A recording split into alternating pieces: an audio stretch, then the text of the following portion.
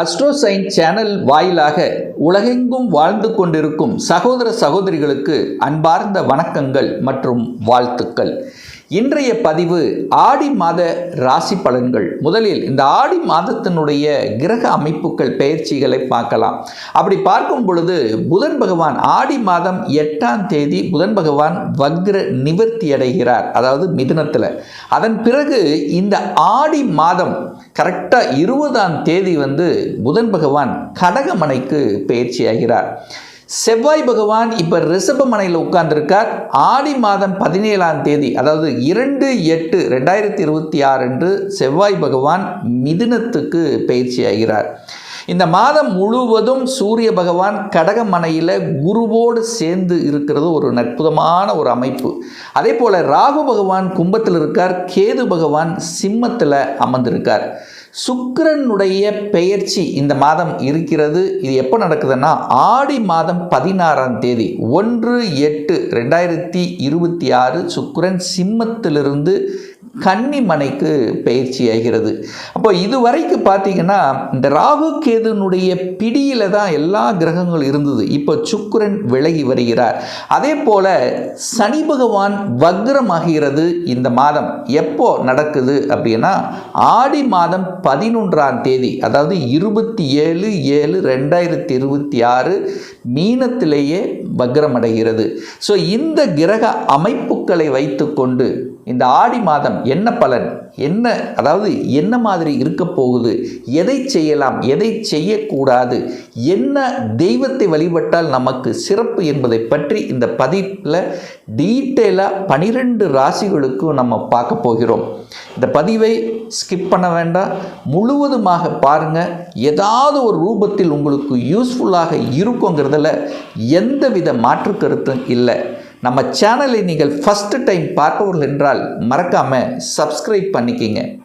மகர ராசி அன்பர்களே, ஆடி மாதம் என்ன பலன் எப்படி இருக்க போகுதுன்னு பார்க்கும் பொழுது உங்கள் ராசிநாதன் என்று சொல்லக்கூடிய சனி பகவான் 3ஆம் இடத்துல, அதாவது முயற்சி ஸ்தானத்தில் போய் உட்கார்ந்துருக்கார். ஸோ ராசி அதிபதி முயற்சி ஸ்தானத்தில் இருப்பது ஒரு நல்ல அமைப்பு தான். அதுவும் குருவின் பார்வையில் இருக்கிறது ஒரு அற்புதமான ஒரு மாதம். அதாவது குரு உங்கள் ராசியை பார்க்கிறார், ராசி அதிபதியை பார்க்கிறார், ஒரு நல்லவன் பார்க்கிறார். அப்போது இந்த மகரத்துக்கு இருந்து வந்த குழப்ப நிலைகள் தீரப்போகுதுன்னு அர்த்தம். சங்கடங்கள் தீரக்கூடிய ஒரு மாதம். எந்த கஷ்டம் வந்தாலும் அதை பார்த்துக்கலாம், சமாளிச்சுக்கலாம் அப்படிங்கிற உத்வேகம் தரக்கூடிய ஒரு மாதம், தன்னம்பிக்கை கொடுக்கக்கூடிய ஒரு மாதம். நல்லா இருக்க போகிறீங்க. கடவுளினுடைய அனுகிரகம் என்பது பரிபூர்ணமாக உங்களுக்கு கிடைக்க போகுதுன்னு சொல்லலாம். அதுவும் உங்கள் ராசிநாதன் வக்ர நிலை அடைய போகிறார். எப்போ இந்த வக்ரம் அடைய போகுது அப்படின்னு பார்த்தீங்கன்னா இந்த ஆடி மாதம் 11ஆம் தேதி, அதாவது 27/7/2026. சார் வக்ரம் ஆகிறாரே, அப்புறம் என்ன சார் பலன்? அதாவது மந்தமாக டல்லாக இருந்த விஷயங்கள் இப்போ சுறுசுறுப்பாக போகுது. தேக்கி வைத்திருந்த கடந்த 2 மாதங்களாகவே ஒரு தேக்கி வச்சு இது அப்புறம் செய்யலாம் அப்படின்னு இருந்த விஷயங்கள் இப்போ எடுத்து செய்து வெற்றி அடையக்கூடிய ஒரு மாதம். அப்போ என்ன நடக்க போகுது? சுறுசுறுப்பாக போகிறீங்க, தன்னம்பிக்கை கொடுக்க போகிறது, சாதனை புரியணுங்கிற எண்ணத்தை கொடுக்க போகிறது, பிரயாணத்தின் மீது ஆர்வம் கிடைக்க போகிறது, தூரதேச பிரயாணங்கள் சென்று வரக்கூடிய அமைப்புகள், இடம் மாற்றம், ஊர் மாற்றம், இந்த மாதிரி மாற்றத்தை நோக்கி செல்லக்கூடிய அமைப்புங்கிறது இந்த மகரத்துக்கு பரிபூர்ணமாக அமைகிறது இந்த ஆடி மாதம். சார் தனம் சார்ந்த விஷயங்கள், குடும்ப சார்ந்த விஷயங்கள் எப்படி சார் இருக்குது அப்படின்னா இந்த குடும்பத்து அதிபதி சனிதான். குரு பார்க்குறார், கரெக்டு. குடும்பத்தில் இருந்து வந்த பிரச்சனைகள் தீரப்போகுது, சங்கடங்கள் விலகப் போகுது, கொடுத்து வைத்திருந்த பணங்கள் ரிட்டர்ன் வருவதற்கான வாய்ப்புகள் சந்தர்ப்பங்கள் இப்போ உண்டு. ஆனாலும் ராகு பகவான் ஒரு சர்ப்ப கிரகம் உங்கள் குடும்ப வீட்டில் உட்கார்ந்துருக்கு. அப்போ வீட்டில் ஒரு பாம்பு இருக்குங்கிற மாதிரி நினச்சிக்கணும். அப்போ வீட்டிற்கு ராகுங்கிறது அந்நியர்களுடைய குறுக்கீடு உங்கள் வீட்டுக்கு வராமல் நீங்கள் பார்க்கணும்.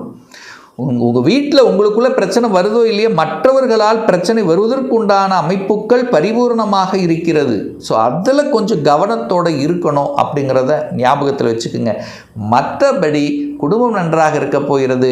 குடும்பத்தில் நல்ல விஷயங்கள், சுப காரியங்கள் நடக்கக்கூடிய அமைப்புகள், பணவரவு திருப்திகரமாக இருக்கும், பிரம்மாண்டமாக இருக்கும். அங்கே ராகு பெரிய எண்ணங்களைத்தான் தோற்றுவிக்கும்.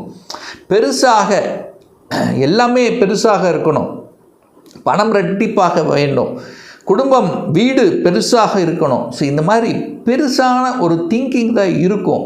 அங்கே ராகு இருக்கிறதுனால கோபம் வரும், ஆக்ரோஷம் வரும். அதை மட்டும் கண்ட்ரோல் பண்ணிட்டா போதும். மற்றபடி பெரிய பாதிப்பை ஒன்றும் ஏற்படுத்த போவதில்லை. பிரயாணம் நன்றாக இருக்க போகிறது. ஒப்பந்தங்கள், கிடைக்க வேண்டிய ஒப்பந்தங்கள், தடைப்பட்ட ஒப்பந்தங்கள் கிடைப்பதற்குண்டான வாய்ப்புகள் நல்லா இருக்குது. பிரயாணத்தின் மூலமாக அனுகூலம், ஆதாயம் உண்டு. வியாபார யுக்தி நன்றாக இருக்க போகிறது. வியாபாரத்தில் சில லாபங்கள் பெறுவதற்குண்டான அமைப்புகள் அப்படிங்கிறது நல்லபடியாக இருக்கிறது. சார் எப்படி சார் லாபம் கிடைக்குங்கிறீங்க?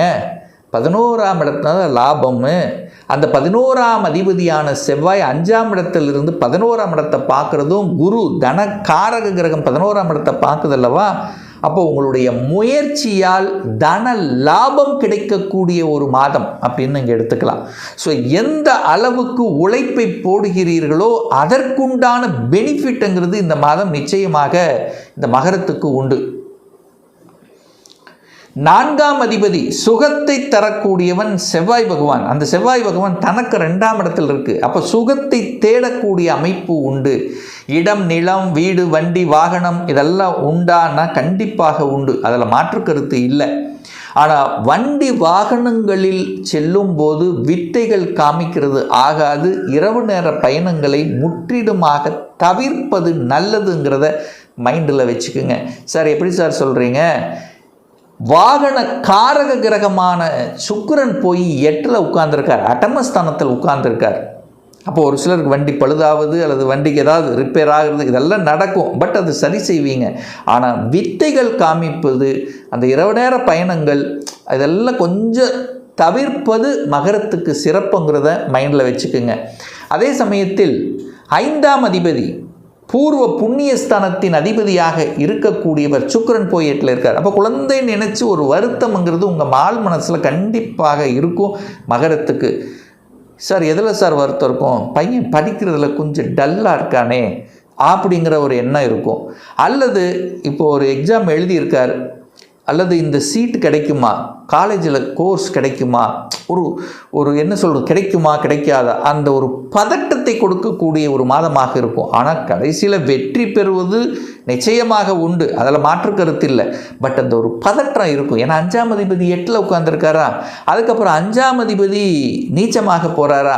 அப்போ குழந்தையை நினைச்சு ஒரு சின்ன வருத்தம் என்பது இருக்குமே தவிர பாதிப்பு இல்லை. அதற்காக நீங்கள் பதட்டம் அடைய வேண்டாம். வெற்றி என்பது நிச்சயமாக உண்டு. ஏன்னா குழந்தை காரக கிரகம், அந்த குழந்தை காரக கிரகம் உச்சமாக இருக்கிறது, வலிமை பெறுகிறது.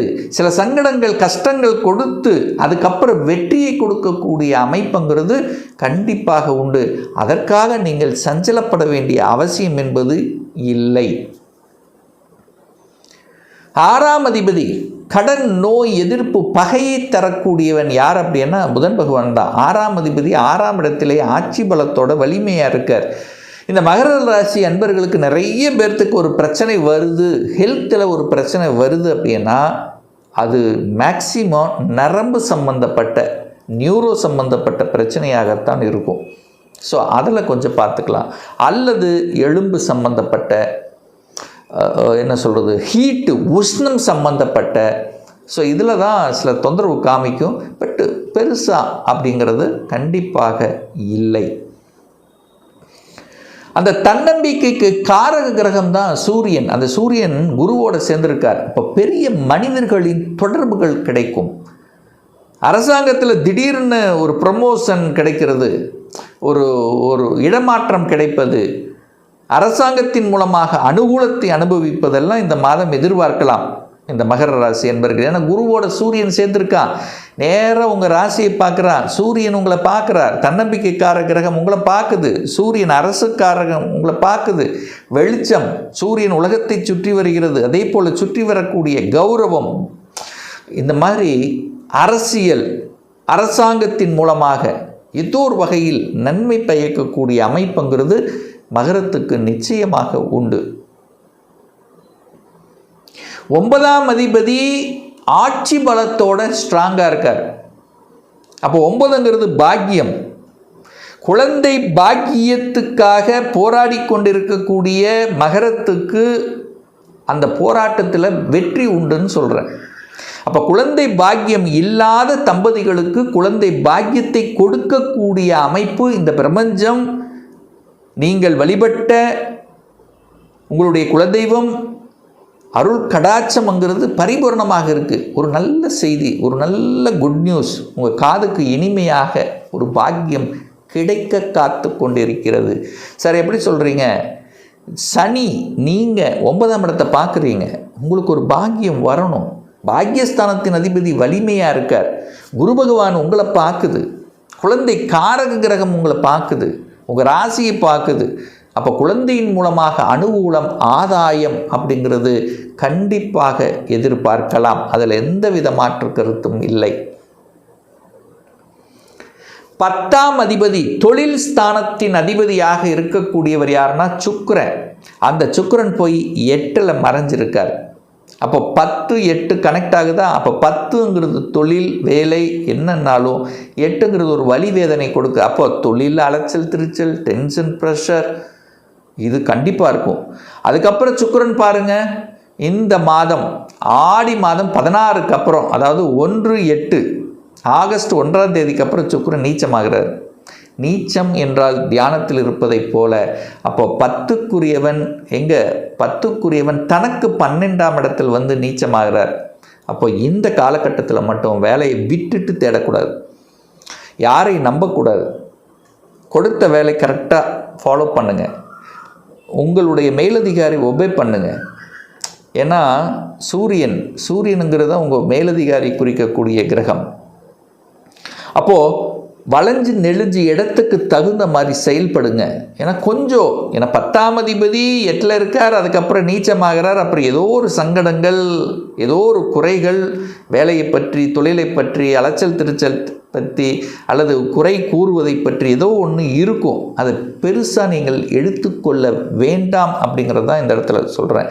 அவசரப்பட்டு ஆக்ரோஷப்பட்டு ஒரு முடிவை எடுக்கக்கூடாது. ஏன்னா 10க்குரிய நீச்சமாறாரா, அப்போ திடீர்னு ஏதாவது ஒன்று பண்ணிட்டுருவீங்க. ஸோ அது செய்யக்கூடாதுங்கிறத ஞாபகத்தில் வச்சுக்கோங்க. 11ஆம் அதிபதி யாருன்னா செவ்வாய் நல்லபடியாக இருக்கார். 11ஆம் அதிபதி 11ஆம் இடத்தை பார்க்குது. அப்போ ஒரு சுப காரியங்கள், ஒரு சந்தோஷம் தரக்கூடிய செயல்பாடுகளில் கலந்து கொள்வது, அல்லது குடும்பத்தில் உங்களுக்கோ அல்லது குடும்ப உறுப்பினருக்கோ சம்பந்தப்பட்ட ஏதாவது ஒரு நல்ல விஷயத்துக்காக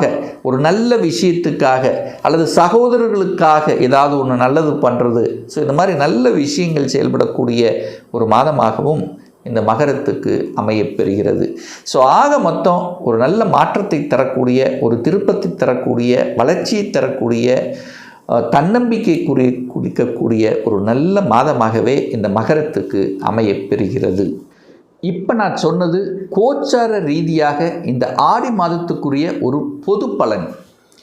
இந்த ராசி நட்சத்திரத்தில் பார்த்தீங்கன்னா பல கோடிக்கணக்கான பேர் இருப்பீங்க. எல்லாத்துக்கும் ஒரே பலன்னா நிச்சயமாக இல்லை. ஏன்னா ஒவ்வொருத்தரும் டிஃப்ரெண்ட், ஒவ்வொருத்தருடைய ஜாதக அமைப்புகளும் தசாபுத்தியும் மாறுபடும். தொடர்ந்து ஒரு 3 மாதம் பாருங்கள், ஏதாவது கரெக்டாக நடக்கலை, ஒரு தடை இருக்குன்னா உங்கள் தசாநாதன் அல்லது புத்திநாதன் 6ஆம் அதிபதி, 8ஆம் அதிபதி, 12ஆம் அதிபதி அல்லது பாவ கிரகங்களுடைய தொடர்பில் கண்டிப்பாக இருக்கும். ஒரு துல்லிய பலன் வேணும். 2026 எப்படி இருக்க போகுது, வேலையை பற்றி, தொழிலை பற்றி, திருமணத்தை பற்றி, குழந்தையை பற்றி, ப்ரமோஷனை பற்றி கம்ப்ளீட்டாக தெரிஞ்சுக்கணும். ஒரு பர்சனல் கன்சல்டேஷன் எடுத்துக்கணும் என்று விருப்பப்படக்கூடிய அன்பர்கள் டிஸ்பிளே தெரியக்கூடிய நம்பருக்கு வாட்ஸ்அப் மூலியமாகவோ ஃபோன் கால் மூலியமாகவோ தொடர்பு கொண்டு அப்பாயின்மெண்ட் பெற்றுக்கொண்டு நேரடியாகவோ அல்லது ஆன்லைன் மூலமாகவோ கன்சல்டேஷன் எடுத்துக்கலாம். நம்மளுடைய அலுவலகம் கோயம்புத்தூரில் அமைந்துள்ளது. அதாவது கோயம்புத்தூரிலிருந்து மேட்டுப்பாளையம் செல்லும் வழியில் வெள்ளக்கிணர் பிரிவு அன்னபூர்ணா ஹோட்டலுக்கு அருகாமையில் அமைந்துள்ளது. பிரியர் அப்பாயின்மெண்ட் வாங்கிட்டு நேரடியாக கன்சல்டேஷன் எடுத்துக்கலாம். நிச்சயமாக இந்த பதிவு ஏதாவது ஒரு ரூபத்தில் உங்களுக்கு யூஸ்ஃபுல்லாக இருக்குங்கிறதுல எந்தவித மாற்று கருத்தும் கிடையாது. இந்த ராசி நட்சத்திர நேயர்கள் அனைவரும் வாழ்க வளர்க வளம் பெறுக என்று எனது வாழ்த்தினை தெரிவித்துக் கொண்டு விடைபெறுகிறேன். நன்றி, வணக்கம், வாழ்த்துக்கள்.